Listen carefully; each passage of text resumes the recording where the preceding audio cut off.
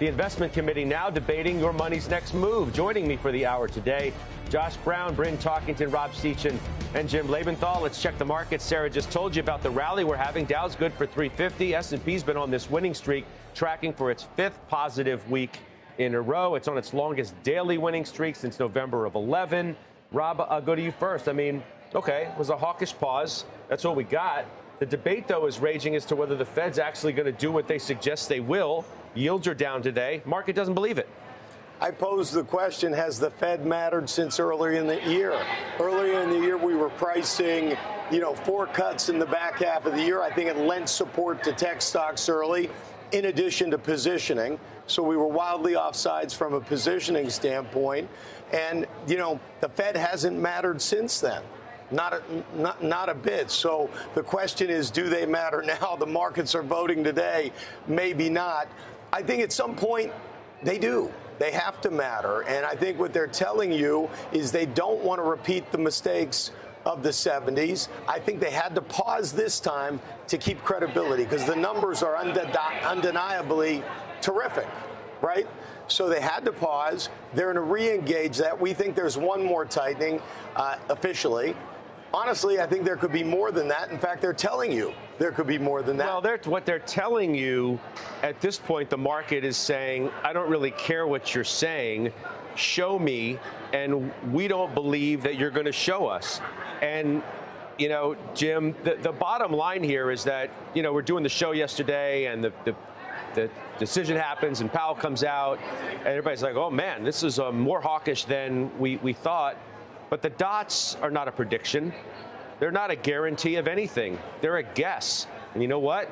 This Fed hasn't been great on guessing on anything over the last couple of years. And that's just the fact. And the market is betting right now that they don't think the Fed's going to do what it guesses it might. So it was a hawkish message, and it frankly worried me on the margins. But then when I stop and I think about it, I think about their projection next year. You're going to get to 4.5% unemployment. Scott, that means you're going to lose 1.5 million jobs. Now, put that data point together with the projection right now that next month the CPI is going to come in headline at 3.2%. And to me, it just doesn't make sense that they raise rates. All right. If headline CPI does come in at 3.2% next month before they meet. They don't care about the headline. And they made that pretty clear yesterday. They care about the core. I do understand that. But what I'm submitting to you is it doesn't make sense. They should. Here's why. The last 2 years, the average Jane and Joe in America has dealt with their purchasing power getting decimated. All right, they've put up with it, they've dealt with it, they've survived it. And now with inflation, again, I get your point, but on the headline going to 3.2%, now we're going to say, okay, you're out of work. We're putting you out of work. You survived 2 months of high inflation, now we're going to kill you. That just makes no sense to me. And just to square the circle here, the reason I think headline inflation matters, I know they're focused on core, but let's not forget, I mean, food is really, it's a frequent item that people see. It matters a lot to them. Same with fuel, same with gasoline. So I really think for the average Jane and Joe, it's headline CPI that matters, and the Fed will be foolish if they ignore that. So, Bryn, Wall Street is trying to figure out exactly what Powell was saying yesterday and to what they'll actually do, if they'll follow through on what their projections suggest they will. Take a look, because JP Morgan says one more, not two. Don't care what the Fed says. Deutsche, one more, not two. Don't care what the Fed says. Goldman, one more, not two. Don't care. Citi, they're drinking the Kool-Aid. They say two more. We're on board. Gunlock, he told me no more. No more. And here's why. I don't think the Fed's going to hike again. I think we've got a trend in place here, Scott. It went 25, then 50, then 75 for a while, then 50, then 25, then 0. I don't know. Maybe I'm just a mathematician or something, but I see a trend here. And I don't think the Fed's going to be raising interest rates again. I mean, I guess the market, Bryn, is voting with JG, Jeffrey Gunlock. Bond King, they are. I agree. I think the Fed is telling us they're not done. But you have to remember, Jay Powell also told us in May of 2022 that 75 basis point rate hikes weren't in the forefront. And so I think they're looking at the data. They're doing their best efforts. But I think we're done doing rates. And there is no way we are going to keep these rates for 2 years out. That's just not going to happen, which I think is what caught a lot of people off guard. I think that Jeff Gunlock has really good points. We have a manufacturing recession. We have things in the economy that aren't doing well. Real estate's not doing well. Regional banks aren't doing well. But as you guys were talking about jobs, we still have 3 million baby boomers that retired early from COVID. And so I don't know how you get to 4.5% unemployment when you still have such a tight labor market. And to me, what's such a conundrum, Jim talks about we're going to have a 3.2 handle. The problem, though, is that's just because we dropped off April, May, and June of last year. Then if we continue to stay at 0.3 or 0.4, Scott, we're going to be right back up to a 4 handle on inflation. So I still feel like we're in a wide range of outcomes in the market, but the bears are firmly losing. I think you want to be, positioned to be invested. But I also think, though, that this AI flood has still just gone too far, too fast. And ultimately, we've had multiple expansion this year. We're going to have some proof in the pudding with these earnings. And outside of NVIDIA, I really don't see a lot of earnings estimates upgrades with this whole AI theme.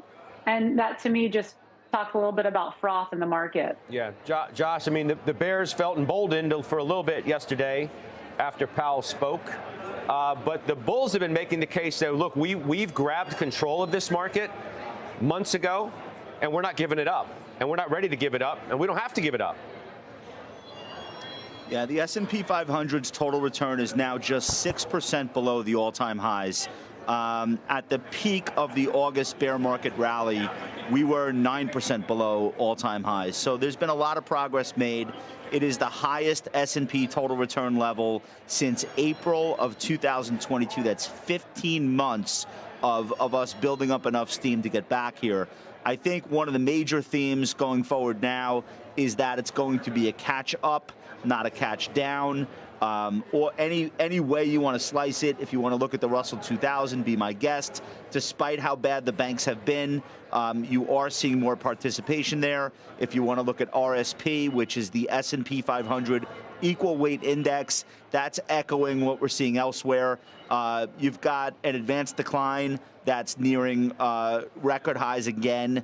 It's just this confluence of data all pointing toward the same idea, which is the leadership stocks were important this year. They moved the chains. They got us this far. They definitely changed sentiment. That is now happening at the same time as Wall Street's economists, who went into the year almost unanimously predicting recession, either putting off their recession calls till later or 2024 or repealing them outright. And you got this, regardless of what the Fed says, you've got this moderation in inflation that is impossible to ignore, even egg prices. So when you take these three things in concert, and then you understand to what extent money has gone into money market funds, T-bills, and cash in the first half of 2023, those are all the ingredients that you could possibly ask for a new record high. Like people thought the layup trade in January, February, March, you got all these problems. Why take any risk? You get 4% on a T-bill. Oh, wait, it's 4.5. Wait, it's actually 5. Why would I buy stocks? So, of course, the NASDAQ goes up 35%. But so now, are you going to have this catch-up trade? Are you going to have this broadening of all of the components of all of the indices start to take flight? And are you going to have active managers who were offsides during a lot of this have to race and buy something to catch up? Well, my guess is yes. Well, on that note, and Bank of America, Josh, is discussing this today in terms of funds and broadening this out. They're still waiting for clarity, according to Bank of America, before shifting to cyclicals. Now, we've had some whispers and some smaller moves of a broadening rally in the last week-ish, but not a wholesale move. And their idea is you're not going to get it yet until you get better clarity on the economy. Do you agree with that?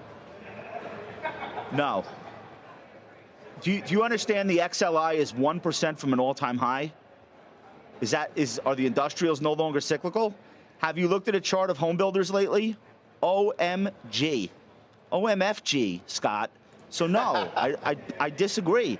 The market has made a decision. Here's the three sectors that are closest to an all-time high. Are you ready? XLI industrials, minus 1%. XLK, technology, minus 1%. And then XLP, which whatever, we'll throw that one out. Doesn't match fit your story. I'm just making the point. Exactly. Right. Doesn't. But shh. No, I'm just making the point that the market is not waiting for clarity. The market moves, and you get the. Listen, I'm a price first guy. I don't have GDP forecasts. Apologies. I don't know how to do that. The price is moving in advance of what people are starting to sense. And by the time you get clarity, there's no trade left.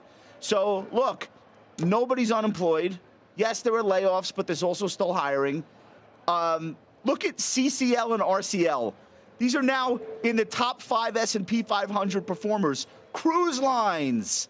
That's not that you don't need confirmation or clarity. That's as cyclical as it gets. It's the consumer. That is the economy that we have, right? So I don't think you're going to get every single segment of the economy moving in concert and giving you perfect clarity. Okay. But I think you have quite a lot given that mix of things that we just talked about.